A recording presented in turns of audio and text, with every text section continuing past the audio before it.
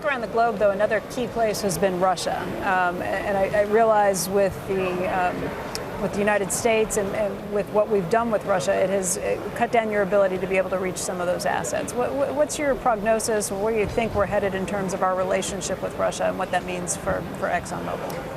Well, I don't really have a view or a prognosis on the relationship between our countries at that level. We have a mix of businesses in Russia. Mm-hmm.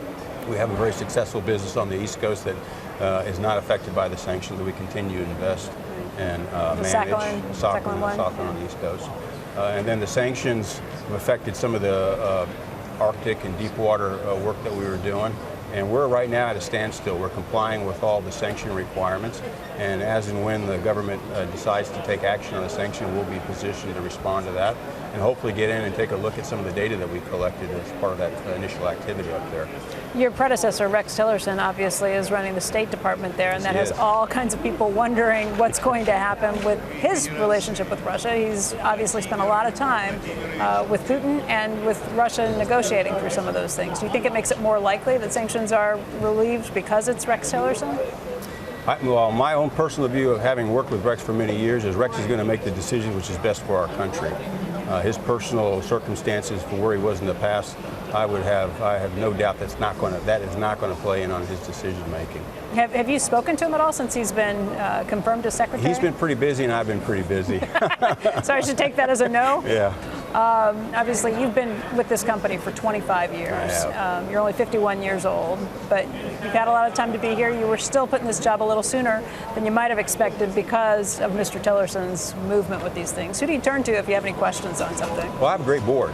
We have a very experienced, knowledgeable, diverse board, all very, very supportive.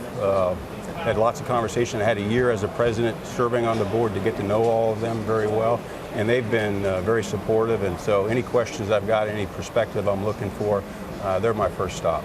And sir, if you're looking at your legacy for where you want the company to go under you, you come after some you're stepping into some big shoes to fill, I guess I should say, after the last couple of CEOs who have spent quite a lot of time there and put their mark on it. Is there a mark that you would like to make on Exxon? It's not my mark I'm looking to do. The way I think about it, and I've used this analogy before, it's like a relay race. I can get handed the baton. I'm starting where I'm starting based on the hard work of the people who came before me. My job is to take that baton and advance it as far as I can, as fast as I can, and that's what I'm focused on. You expect that you'll be here until 65 retirement age? That's a long runway.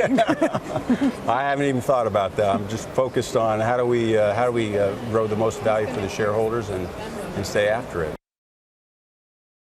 Hey there, thanks for checking out CNBC on YouTube. Be sure to subscribe to stay up to date on all of the day's biggest stories. You can also click on any of the videos around me to watch the latest from CNBC. Thanks for watching.